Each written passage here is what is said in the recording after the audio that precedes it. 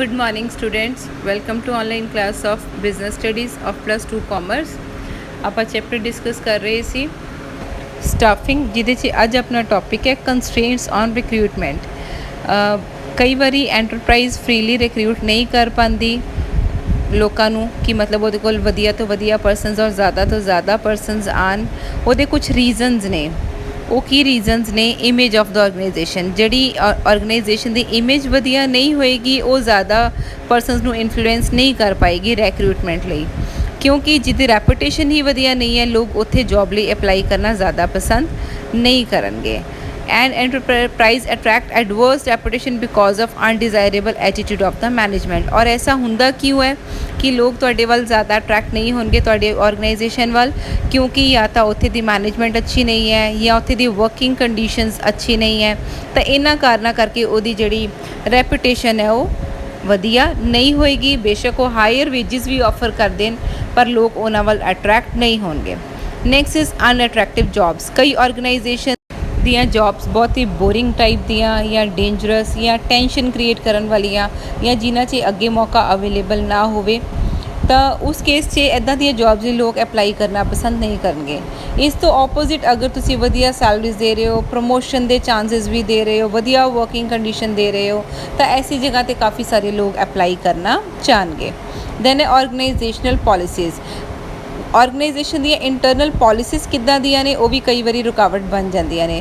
ਜਿਵੇਂ ਕਿ ਅਗਰ ਉਹਨਾਂ ਦੀ ਸੋਚ ਹੈਗੀ ਕਿ ਹਾਇਰ ਪੋਜੀਸ਼ਨਸ ਆਪਾਂ ਬਾਹਰੋਂ ਹੀ ਫਿਲ ਕਰਨੀਆਂ ਨੇ, ਤਾਂ ਇਹਦੇ ਨਾਲ ਕੀ ਹੋਏਗਾ ਕਿ ਜਿਹੜਾ ਉਹਨਾਂ ਦਾ ਵਧੀਆ ਸਟਾਫ ਹੈ, ਜਿਹੜੇ ਲੋਕ ਬਹੁਤ ਵਧੀਆ ਕੰਮ ਕਰ ਸਕਦੇ ਨੇ, ਉਹ ਐਸੀ ਆਰਗੇਨਾਈਜੇਸ਼ਨ 'ਚ ਜਾਣਾ ਪਸੰਦ ਨਹੀਂ ਕਰਨਗੇ, ਕਿਉਂਕਿ ਉਹਨਾਂ ਨੂੰ ਪਤਾ ਹੈ ਕਿ ਅਸੀਂ ਇਸ ਇੱਕ ਵਾਰੀ ਜਿਹੜੇ ਲੈਵਲ 'ਤੇ ਅਪੁਆਇੰਟ ਹੋ ਗਏ ਇਸ ਆਰਗੇਨਾਈਜੇਸ਼ਨ ਦੇ ਵਿੱਚ ਅੱਗੇ ਤਰੱਕੀ ਮਿਲਣ ਦਾ ਸਾਨੂੰ ਕੋਈ ਚਾਂਸ ਨਹੀਂ ਹੈ, ਕਿਉਂਕਿ ਇਹਨਾਂ ਨੇ ਹਾਇਰ ਪੋਸਟ ਲਈ ਅੱਗੇ ਬੰਦੇ ਬਾਹਰੋਂ ਹੀ ਹਾਇਰ ਕਰਨੇ ਹੈ, ਸਾਨੂੰ ਅੱਗੇ ਵਧਣ ਦਾ ਮੌਕਾ ਨਹੀਂ ਦੇਣਾ। Then is union requirement. ਕਈ ਕੇਸਿਸ ਦੇ ਵਿੱਚ ਵਰਕਰਸ ਜਿਹੜੇ ਨੇ ਉਹਨਾਂ ਦੀ ਯੂਨੀਅਨ ਬਣ ਜਾਂਦੀ ਹੈ। ਯੂਨੀਅਨ ਮਤਲਬ ਉਹ ਏਕਤਾ ਕਰ ਲੈਂਦੇ ਹੈ ਅਤੇ ਉਹ ਇਸ ਚੀਜ਼ ਦਾ ਵਿਰੋਧ ਕਰਦੇ ਹੈ ਕਿ ਬਾਹਰੋਂ ਕੋਈ ਨਵਾਂ ਬੰਦਾ ਅਪੁਆਇੰਟ ਨਹੀਂ ਕਰਦਾ।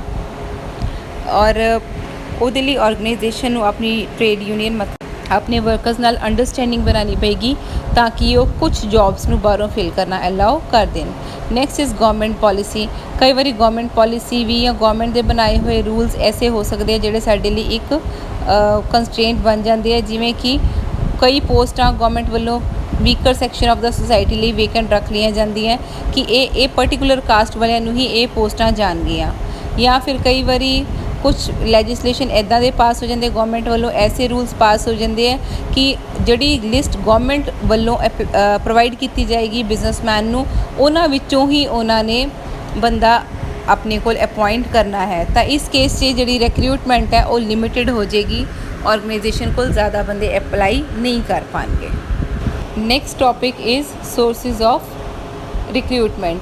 ਉਹਦੀਆਂ ਦੋ ਸੋਰਸਿਸ ਨੇ। ਸਭ ਤੋਂ ਪਹਿਲਾਂ ਹੈ internal sources of recruitment. Internal sources ਦਾ ਮਤਲਬ ਹੁੰਦਾ ਆਪਾਂ ਵਿਦਿਨ ਆਰਗੇਨਾਈਜੇਸ਼ਨ ਹੀ ਕੈਂਡੀਡੇਟਸ ਆਪਣੇ ਕੋਲ ਬੁਲਾ ਲੈਂਦੇ ਹਾਂ ਅਪਲਾਈ ਕਰਨ ਲਈ। ਉਹ 'ਚ ਸਭ ਤੋਂ ਪਹਿਲਾਂ ਹੈਗਾ ਇੰਟਰਨਲ ਸੋਰਸਿਸ ਦਾ ਜ਼ਰੀਆ ਟਰਾਂਸਫਰ 'ਚ ਆਪਾਂ ਇੱਕ ਪਰਸਨ ਨੂੰ ਸੇਮ ਲੈਵਲ 'ਤੇ ਟਰਾਂਸਫਰ ਕਰ ਦਿੰਦੇ ਹਾਂ ਪ੍ਰੈਜ਼ੈਂਟ ਜੌਬ ਤੋਂ ਉਸ ਤਰ੍ਹਾਂ ਦੀ ਸੇਮ ਕੋਈ ਹੋਰ ਜੌਬ 'ਤੇ। ਇਹਦੇ 'ਚ ਉਹਦਾ ਕੋਈ ਰੈਂਕ ਵਗੈਰਾ ਚੇਂਜ ਨਹੀਂ ਹੁੰਦਾ, ਰਿਸਪੌਂਸਿਬਿਲਟੀ ਚੇਂਜ ਨਹੀਂ ਹੁੰਦੀ, ਕੋਈ ਪਾਵਰਸ ਉਹਦੀਆਂ ਚੇਂਜ ਨਹੀਂ ਹੋਣਗੀਆਂ, ਬਸ ਉਹਨੂੰ ਸੇਮ ਤਰ੍ਹਾਂ ਦੀ ਜੌਬ 'ਚ ਟਰਾਂਸਫਰ ਕਰਤਾ ਜਾਂਦਾ ਹੈ। ਨੈਕਸਟ ਇਜ਼ ਪ੍ਰਮੋਸ਼ਨ ਬਾਰੇ ਤਾਂ ਸਾਰਿਆਂ ਨੂੰ ਹੀ ਪਤਾ ਹੈ। ਪ੍ਰਮੋਸ਼ਨ ਦੇ ਵਿੱਚ ਆਪਾਂ ਜਿਹੜੇ ਲੈਵਲ 'ਤੇ ਹੁੰਦੇ ਹਾਂ ਸਾਨੂੰ ਉਸ ਤੋਂ ਹਾਇਰ ਲੈਵਲ ਦੀ ਜੌਬ ਪ੍ਰੋਵਾਈਡ ਕਰਤੀ ਜਾਂਦੀ ਹੈ, that is called promotion. Then ਹੈ ਪ੍ਰੈਜ਼ੈਂਟ ਇੰਪਲੋਈਜ਼। ਕਈ ਵਾਰੀ ਆਪਾਂ ਆਪਣੇ ਪ੍ਰੈਜ਼ੈਂਟ ਇੰਪਲੋਈਜ਼ ਨੂੰ ਇਨਫੋਰਮ ਕਰ ਦਿੰਦੇ ਹਾਂ ਕਿ ਸਾਡੇ ਕੋਲ ਵੈਕੈਂਸੀ ਅਰਾਈਜ਼ ਹੋਣ ਵਾਲੀ ਹੈ, ਤਾਂ ਉਹ ਅਗਰ ਉਹਨਾਂ ਦਾ ਕੋਈ ਨੋਨ ਹੁੰਦਾ ਤਾਂ ਉਹਨੂੰ ਬੁਲਾ ਲੈਂਦੇ ਆ ਤਾਂ ਕਿ ਉਹ ਸਾਡੇ ਕੋਲ ਆ ਕੇ ਅਪਲਾਈ ਕਰ ਸਕੇ। ਦੈਨ ਹੈ ਐਕਸ ਇੰਪਲੋਈਜ਼, ਜਿਹੜੇ ਸਾਡੇ ਕੋਲੋਂ ਰਿਟਾਇਰ ਹੋ ਕੇ ਜਾ ਚੁੱਕੇ। ਕਈ ਵਾਰੀ ਅਸੀਂ ਉਹਨਾਂ ਨੂੰ ਹੀ ਕਹਿੰਦੇ ਹਾਂ ਕਿ ਤੁਸੀਂ ਸਾਡੇ ਕੋਲ ਦੁਬਾਰਾ ਰੀਜੁਆਇਨ ਕਰ ਲਓ, ਉਹਨਾਂ ਦੀ ਪਰਫਾਰਮੈਂਸ ਬਾਰੇ ਸਾਨੂੰ ਪਹਿਲਾਂ ਹੀ ਪਤਾ ਹੁੰਦਾ ਤਾਂ ਇਸ ਜੌਬ 'ਚ ਕੋਈ ਰਿਸਕ ਨਹੀਂ ਹੁੰਦਾ। ਡੀਮੋਸ਼ਨ। ਕਈ ਵਾਰੀ ਬਿਜ਼ਨਸ 'ਚ ਐਡਵਰਸ ਸਿਚੁਏਸ਼ਨ ਅਰਾਈਜ਼ ਹੋ ਜਾਂਦੇ, ਜਿਵੇਂ ਪ੍ਰੋਡਕਸ਼ਨ ਘੱਟ ਗਈ ਹੈ ਜਾਂ ਫਿਰ ਸਾਨੂੰ ਹਾਇਰ ਪੋਜੀਸ਼ਨ ਵਾਲੇ ਬੰਦੇ ਦੀ ਜ਼ਰੂਰਤ ਨਹੀਂ ਹੈ ਹੁਣ, ਉਸ ਕੇਸ 'ਚ ਅਸੀਂ ਹਾਇਰ ਪੋਜੀਸ਼ਨ ਵਾਲੇ ਬੰਦੇ ਦੀ ਡਿਮੋਸ਼ਨ ਕਰ ਦਿੰਦੇ ਹਾਂ। ਪਰ ਡੀਮੋਸ਼ਨ ਵਾਲਾ ਜ਼ਰੀਆ ਲੋਕਾਂ ਨੂੰ ਡੀਮੋਟੀਵੇਟ ਕਰ ਦਿੰਦਾ ਹੈ। ਦੈਨ ਹੈ ਪ੍ਰੀਵੀਅਸ ਐਪਲੀਕੇਸ਼ਨ। ਕਈ ਵਾਰੀ ਸਾਡੇ ਕੋਲ ਕਿਸੇ ਨੇ ਅਪਲਾਈ ਕੀਤਾ ਹੁੰਦਾ ਤਾਂ ਉਸ ਟਾਈਮ ਸਾਡੇ ਕੋਲ ਵੈਕੈਂਸੀ ਨਹੀਂ ਹੁੰਦੀ ਤਾਂ ਆਪਾਂ ਉਹਨਾਂ ਦੀਆਂ ਐਪਲੀਕੇਸ਼ਨਸ ਨੂੰ ਆਪਣੇ ਕੋਲ ਪੈਂਡਿੰਗ 'ਚ ਰੱਖ ਲੈਂਦੇ ਹਾਂ। ਇਹ ਬਹੁਤ ਹੀ ਈਜ਼ੀ ਔਰ ਇਨਐਕਸਪੈਂਸਿਵ ਮੈਥਡ ਹੈ ਰਿਕਰੂਟਮੈਂਟ ਦਾ। ਉਸ ਕੇਸ 'ਚ ਆਪਾਂ ਫਿਰ ਆਪਣੀਆਂ ਪੁਰਾਣੀਆਂ ਐਪਲੀਕੇਸ਼ਨਸ ਨਿਕਾਲ ਕੇ ਉਹ ਲੋਕਾਂ ਨੂੰ ਕਾਲ ਕਰਕੇ ਆਪਣੇ ਕੋਲ ਬੁਲਾ ਲੈਂਦੇ ਹਾਂ। ਦੈਨ ਹੈ ਐਕਸਟੈਂਸ਼ਨ ਇਨ ਸਰਵਿਸ। ਕਈ ਵਾਰੀ ਕੋਈ ਪਰਸਨ ਰਿਟਾਇਰਮੈਂਟ ਹੋ ਜਾਂਦੀ ਹੈ ਪਰ ਆਪਾਂ ਉਹਨਾਂ ਦੀ ਜੌਬ ਐਕਸਟੈਂਡ ਕਰ ਦਿੰਦੇ ਹਾਂ ਅਤੇ ਉਹਨਾਂ ਨੂੰ ਕਹਿੰਦੇ ਹਾਂ ਕਿ ਤੁਸੀਂ ਹਜੇ ਆਪਣੀ ਜੌਬ ਕੰਟੀਨਿਊ ਕਰ ਲਓ। ਇਹ ਆਪਾਂ ਉਦੋਂ ਕਰਦੇ ਹਾਂ ਜਦੋਂ ਸਾਨੂੰ ਕੋਈ ਹੋਰ ਸੁਈਟੇਬਲ ਅਵੇਲੇਬਲ ਨਹੀਂ ਨਜ਼ਰ ਆਉਂਦਾ ਜਿਹੜਾ ਕਿ ਰਿਟਾਇਰਿੰਗ ਪਰਸਨ ਦੀ ਪੋਸਟ ਨੂੰ ਸੰਭਾਲ ਸਕਦਾ ਹੋਵੇ। Next is merits of internal sources. Internal sources ਦਾ ਫਾਇਦਾ ਕੀ ਹੈ? ਇੰਪਰੂਵਸ ਮੋਰਾਲ। ਇਹਦੇ ਨਾਲ ਜਿਹੜਾ ਇੰਪਲੋਈਜ਼ ਦਾ ਸੈਟਿਸਫੈਕਸ਼ਨ ਲੈਵਲ ਹੈ ਉਹ ਇੰਪਰੂਵ ਹੋ ਜਾਏਗਾ ਕਿਉਂਕਿ ਉਹਨਾਂ ਨੂੰ ਪਤਾ ਹੈ ਕਿ ਜਦੋਂ ਵੈਕੈਂਸੀ ਅਰਾਈਜ਼ ਹੋਈ ਤਾਂ ਉਹਨਾਂ ਦੀ ਪ੍ਰਮੋਸ਼ਨ ਵੀ ਹੋ ਸਕਦੀ ਹੈ ਅਤੇ ਉਹਨਾਂ ਦਾ ਫਰਦਰ ਡਿਵੈਲਪਮੈਂਟ ਦਾ ਸਕੋਪ, ਤਰੱਕੀ ਦਾ ਸਕੋਪ ਹੈਗਾ ਹੈ। ਦੈਨ ਹੈ ਪ੍ਰੋਪਰ ਇਵੈਲੂਏਸ਼ਨ। ਮੈਨੇਜਮੈਂਟ ਜਿਹੜੀ ਹੈ ਬਹੁਤ ਬੈਟਰ ਪੋਜੀਸ਼ਨ 'ਚ ਹੁੰਦੀ ਹੈ ਕਿ ਉਹ ਆਪਣੇ ਐਗਜ਼ਿਸਟਿੰਗ ਇੰਪਲੋਈਜ਼ ਨੂੰ ਚੰਗੀ ਤਰ੍ਹਾਂ ਜੱਜ ਕਰ ਸਕਦੇ ਹੈ ਕਿ ਉਹ ਹਾਇਰ ਪੋਜੀਸ਼ਨ ਨੂੰ ਸੰਭਾਲ ਸਕਦੇ ਹੈ ਕਿ ਨਹੀਂ ਸੰਭਾਲ ਸਕਦੇ, ਅਤੇ ਜੇ ਉਹਨਾਂ ਨੂੰ ਲੱਗੇਗਾ ਕਿ ਉਹ ਪਰਸਨ ਸੁਈਟੇਬਲ ਹੈਗਾ ਤਾਂ ਉਹਨੂੰ ਪ੍ਰਮੋਸ਼ਨ ਪ੍ਰੋਵਾਈਡ ਕਰ ਦਿੰਦੇ ਆ। Next is economical. ਇਹ ਵਾਲਾ ਜੋ ਜ਼ਰੀਆ ਬਹੁਤ ਹੀ ਸਸਤਾ ਪੈਂਦਾ ਹੈ ਕਿਉਂਕਿ ਇਹਦੇ 'ਚ ਆਪਾਂ ਕੋਈ ਵੀ ਰਿਕਰੂਟਮੈਂਟ ਲਈ, ਐਡ ਦੇਣ ਲਈ ਜਾਂ ਸਿਲੈਕਟ ਕਰਨ ਲਈ ਜ਼ਿਆਦਾ ਸਾਨੂੰ ਕੋਈ ਖਰਚਾ ਨਹੀਂ ਕਰਨਾ ਪੈਂਦਾ। Next is promotes loyalty. ਇਸ ਮੈਥਡ ਦੇ ਵਿੱਚ ਜਿਹੜੇ ਇੰਪਲੋਈਜ਼ ਨੇ ਉਹਨਾਂ ਨੂੰ ਪਤਾ ਹੁੰਦਾ ਹੈ ਕਿ ਜੇ ਕੋਈ ਵੈਕੈਂਸੀ ਹੋਏਗੀ ਤਾਂ ਹਾਇਰ ਪੋਜੀਸ਼ਨ ਲਈ ਉਹਨਾਂ ਨੂੰ ਕੰਸੀਡਰ ਕੀਤਾ ਜਾਏਗਾ। ਤਾਂ ਇਹ ਜਿਹੜਾ ਸਿਸਟਮ ਹੈ ਉਹਨਾਂ ਨੂੰ ਮੋਟੀਵੇਟ ਕਰਦਾ ਹੈ ਕਿ ਉਹ ਹਮੇਸ਼ਾ ਦਿਲ ਨਾਲ ਔਰ ਅੱਛੇ ਤਰੀਕੇ ਨਾਲ ਕੰਮ ਕਰਦੇ ਹੈ।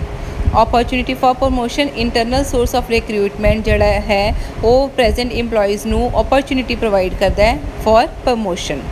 ਲੈਸ ਟਾਈਮ ਕੰਜ਼ਿਊਮਿੰਗ। ਅਗਰ ਆਪਾਂ ਵਿਦਿਨ ਦਾ ਆਰਗੇਨਾਈਜੇਸ਼ਨ ਹੀ ਪਰਸਨਸ ਅਪੁਆਇੰਟ ਕਰ ਲੈਂਦੇ ਹਾਂ ਤਾਂ ਉਸ ਕੇਸ 'ਚ ਸਾਡਾ ਟਾਈਮ ਜਿਹੜਾ ਉਹ ਵੀ ਸੇਵ ਹੋ ਜਾਂਦਾ ਹੈ। Satisfy social responsibility. ਅਸੀਂ ਆਪਣੇ ਇੰਪਲੋਈਜ਼ ਨੂੰ ਜਦੋਂ ਸੈਟਿਸਫਾਈ ਕਰਾਂਗੇ, ਉਹਨਾਂ ਨੂੰ ਹੀ ਫਰਦਰ ਰਿਸਪੋਂਸੀਬਿਲਿਟੀਜ਼ ਲਈ ਅਪੁਆਇੰਟ ਕਰ ਲਾਂਗੇ ਤਾਂ ਇਹਦੇ ਨਾਲ ਸਾਡੀ ਇੱਕ ਤਰ੍ਹਾਂ ਸੋਸ਼ਲ ਰਿਸਪੋਂਸੀਬਿਲਿਟੀ ਵੀ ਫੁਲਫਿਲ ਹੋ ਜਾਂਦੀ ਹੈ ਕਿਉਂਕਿ ਇੰਪਲੋਈਜ਼ ਇਸ ਤਰ੍ਹਾਂ ਦੀ ਪਾਲਿਸੀ ਨਾਲ ਬਹੁਤ ਜ਼ਿਆਦਾ ਸੈਟਿਸਫਾਈਡ ਹੁੰਦੇ ਨੇ। Next is stability of employees. ਇਸ ਤਰ੍ਹਾਂ ਦੀਆਂ ਆਰਗੇਨਾਈਜੇਸ਼ਨ ਦੇ ਵਿੱਚ ਜਿਹੜੇ ਇੰਪਲੋਈਜ਼ ਨੇ ਉਹ ਲੌਂਗ ਟਾਈਮ ਟਿਕੇ ਰਹਿਣਾ ਪਸੰਦ ਕਰਦੇ ਨੇ ਕਿਉਂਕਿ ਉਹਨਾਂ ਨੂੰ ਆਪਣਾ ਫਰਦਰ ਤਰੱਕੀ ਦਾ, ਗਰੋਥ ਦਾ ਸਕੋਪ ਨਜ਼ਰ ਆਉਂਦਾ ਰਹਿੰਦਾ ਹੈ। Next is demerits. ਇਹਦੇ ਨੁਕਸਾਨ ਕੀ ਨੇ? Limited option. ਜਦੋਂ ਆਪਾਂ ਇੰਟਰਨਲੀ ਹੀ ਬੰਦੇ ਹਾਇਰ ਕਰ ਲਾਂਗੇ ਤਾਂ ਉਹਦੇ 'ਚ ਸਾਨੂੰ ਹਾਇਰ ਰਿਸਪੋਂਸੀਬਿਲਿਟੀ ਲਈ ਕੋਈ ਬਾਹਰਲਾ ਆਪਸ਼ਨ ਨਵਾਂ ਨਹੀਂ ਮਿਲੇਗਾ। ਆਲਰੇਡੀ ਜਿਹੜੇ ਅਵੇਲੇਬਲ ਕੈਂਡੀਡੇਟਸ ਨੇ ਸਾਨੂੰ ਉਹਨਾਂ ਵਿੱਚੋਂ ਹੀ ਸਿਲੈਕਟ ਕਰਨਾ ਪਏਗਾ। ਹੋ ਸਕਦਾ ਉਹਨਾਂ 'ਚ ਕੋਈ ਇੰਨਾ ਕੈਪੇਬਲ ਨਾ ਹੋਵੇ ਜਿੰਨਾ ਟੈਲੈਂਟ ਸਾਨੂੰ ਚਾਹੀਦਾ। ਦੈਨ ਹੈ lack of originality. Present employees ਜਿਹੜੇ ਹੈ ਉਹ ਨਵੇਂ ਆਈਡੀਆਜ਼ ਨਹੀਂ ਲੈ ਕੇ ਆਉਣਗੇ, ਉਹ ਤਾਂ ਪੁਰਾਣੀ ਸੇਮ ਰੂਟੀਨ ਨੂੰ ਹੀ ਫੋਲੋ ਕਰਨਾ ਪਸੰਦ ਕਰਨਗੇ, ਜਦਕਿ ਕੋਈ ਜੇ ਨਵਾਂ ਬੰਦਾ ਆਂਦਾ ਤਾਂ ਉਹ ਕੁਛ ਨਵਾਂ ਕਰਕੇ ਦਿਖਾਉਂਦਾ ਤਾਂ ਇਹ ਮੌਕਾ ਵੀ ਆਰਗੇਨਾਈਜੇਸ਼ਨ ਦੇ ਹੱਥੋਂ ਚਲਾ ਜਾਂਦਾ ਹੈ।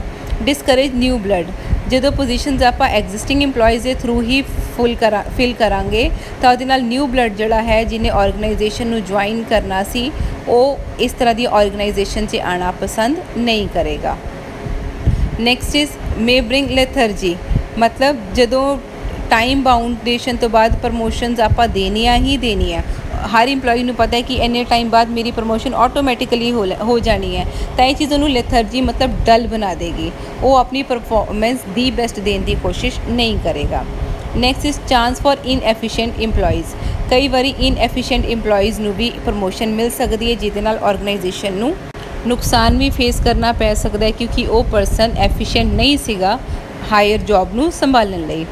Next is not preferred for innovative jobs. ਅਗਰ ਜੌਬਸ ਆਪਣੀਆਂ ਇੱਦਾਂ ਦੀਆਂ ਨੇ ਜਿਹ 'ਚ ਆਪਾਂ ਨੂੰ ਇਨੋਵੇਸ਼ਨ ਮਤਲਬ ਨਵੇਂ ਆਈਡੀਆਜ਼ ਚਾਹੀਦੇ ਨੇ ਤਾਂ ਪੁਰਾਣੇ ਇੰਪਲੋਈਜ਼ ਨੂੰ ਪ੍ਰਮੋਸ਼ਨ ਦੇਣ ਦਾ ਕੋਈ ਫਾਇਦਾ ਨਹੀਂ ਹੈ। ਇਹ ਮੈਥਡ ਉੱਥੇ ਸੁਈਟੇਬਲ ਨਹੀਂ ਹੋਏਗਾ ਕਿਉਂਕਿ ਪੁਰਾਣਾ ਪਰਸਨ ਕਦੇ ਵੀ ਨਵੇਂ ਆਈਡੀਆਜ਼ ਲੈ ਕੇ ਨਹੀਂ ਆ ਸਕਦਾ।